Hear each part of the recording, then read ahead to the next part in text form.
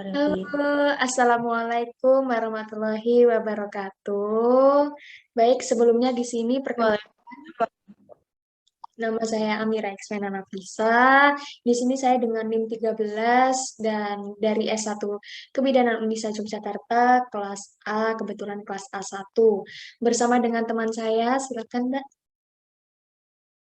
Dengan saya Elivia Putri Masani dengan nomor NIM 211011011. Saya dari kelas A ataupun kelas A1. Baik, terima kasih Mbak. Kira-kira di sini kita mau ngapain? Ya, di sini, Ini Mbak, iya Mbak, mau ngapain Mbak?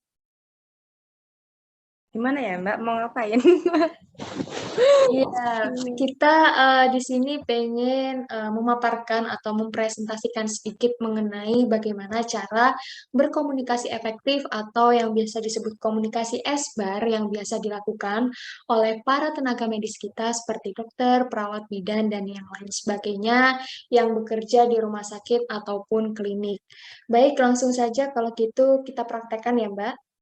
Sebelumnya saya Iya Mbak. izin share screen. Baik, di sini kita ada satu kasus, di mana kasus ini tentang dokter dan perawat,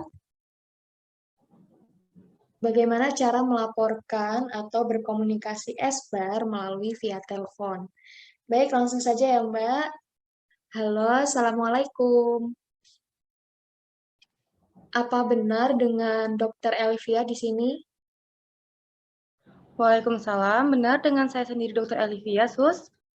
Baik dok, di sini perkenalkan sebelumnya nama saya Mira. Di sini kebetulan saya mendapati pasien dok bernama Nyonya Mawar yang tengah berumur 25 tahun dan Nyonya Mawar ini kebetulan kemarin sore dok baru saja masuk ke IGD sekitar pukul 18.00 dok dengan diagnosa medis atau keluhan utama yakni sepalgia.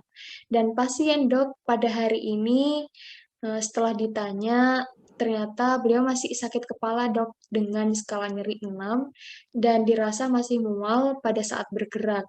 Setelah saya lakukan observasi pada pasien Nyonya Mawar ini didapatkan tekanan darah 110 per 70 milimeter Hg dan denyut nadi 87 kali per menit dan juga frekuensi pernafasan 23 kali per menit dan juga didapatkan tensi dengan 36,7 derajat Celcius, dok.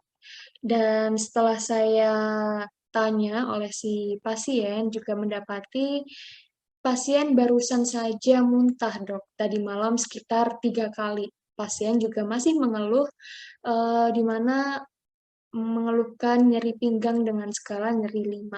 Dan di sini dari IGD dok belum dilakukan CT scan.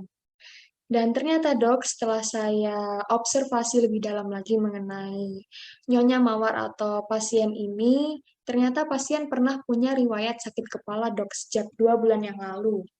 Kemudian, pasien juga merasa mual pada saat bangun dari posisi tidur, dan sirkulasi muntah atau mual ini terjadi sekitar 2 kali, dok. Dari kami atau dari IGD sudah dilakukan IVF RL 20 GTT per menit, dok, dan juga injeksi ranitidin 1 ampul per 12 jam, injeksi kalmetason 1 ampul per 8 jam, dan juga injeksi ceftriaxone sekitar 1 gram per 12 jam, dok. Dan setelah kami lakukan pemeriksaan laboratorium di tanggal 18 Novembernya, dok, oleh si pasien, kami dapatkan HB-nya sekitar 15,7 gram per desiliter, dan juga HT-nya didapatkan 45%, dok.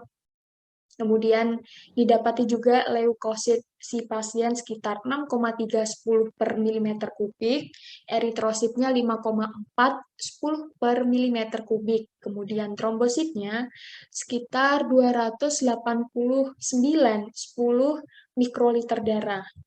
Tidak lupa gula darah sewaktu pasien didapati 120 mg per desiliter, ureumnya ada 21 mg per desiliter dan juga kreatininya didapati 1 mg per desiliter, Dok. Dan saya rasa di sini pasien tengah mengalami sepalgia dan juga mengalami sedikit permasalahan, Dok, pada tulang vertebra atau tulang belakangnya, Dok. Kira-kira, Dok, di sini saya ingin menanyakan saran atau saran dari dokter tentang penanganan selanjutnya yang harus saya lakukan kepada si pasien dari Nyonya Mawar ini, Dok. Dan apakah perlu dilakukan foto lumbosakral dan juga apakah perlu dikonsultasikan lebih lanjut kepada pihak rehabilitasi medik, Dok. Baik, Sus, saran saya silakan lakukan CT scan lumboscar pada Nyonya Mawar terlebih dahulu ya, Sus. Kemudian setelah hasilnya keluar, silakan lanjut untuk dirujuk ke bagian spesialis rehabilitas medik untuk dilakukan penanganan lebih lanjut. Baik, Dok.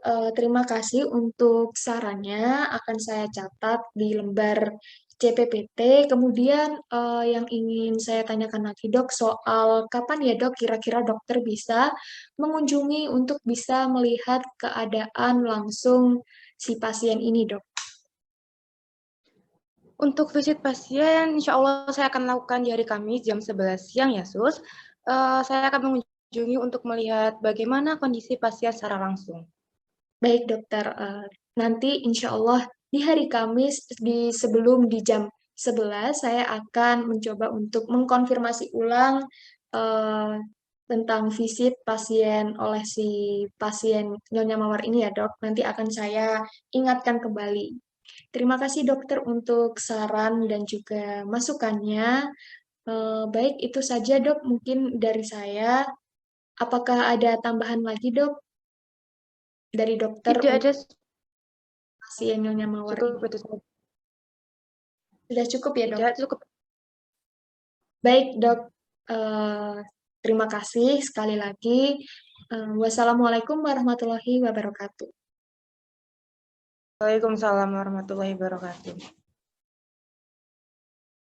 Baik, itu dia sedikit cuplikan dari pemaparan bagaimana cara berkomunikasi efektif atau komunikasi esbar yang kami lakukan berdua. Ada saya dan juga Mbak Elivia. Mohon maaf sebelumnya jika masih banyak kesalahan dari kami berdua yang insya Allah ke depannya nanti akan kami berdua perbaiki. Baik, mungkin ada tambahan Mbak Elivia? Tidak, Mbak, cukup sekian.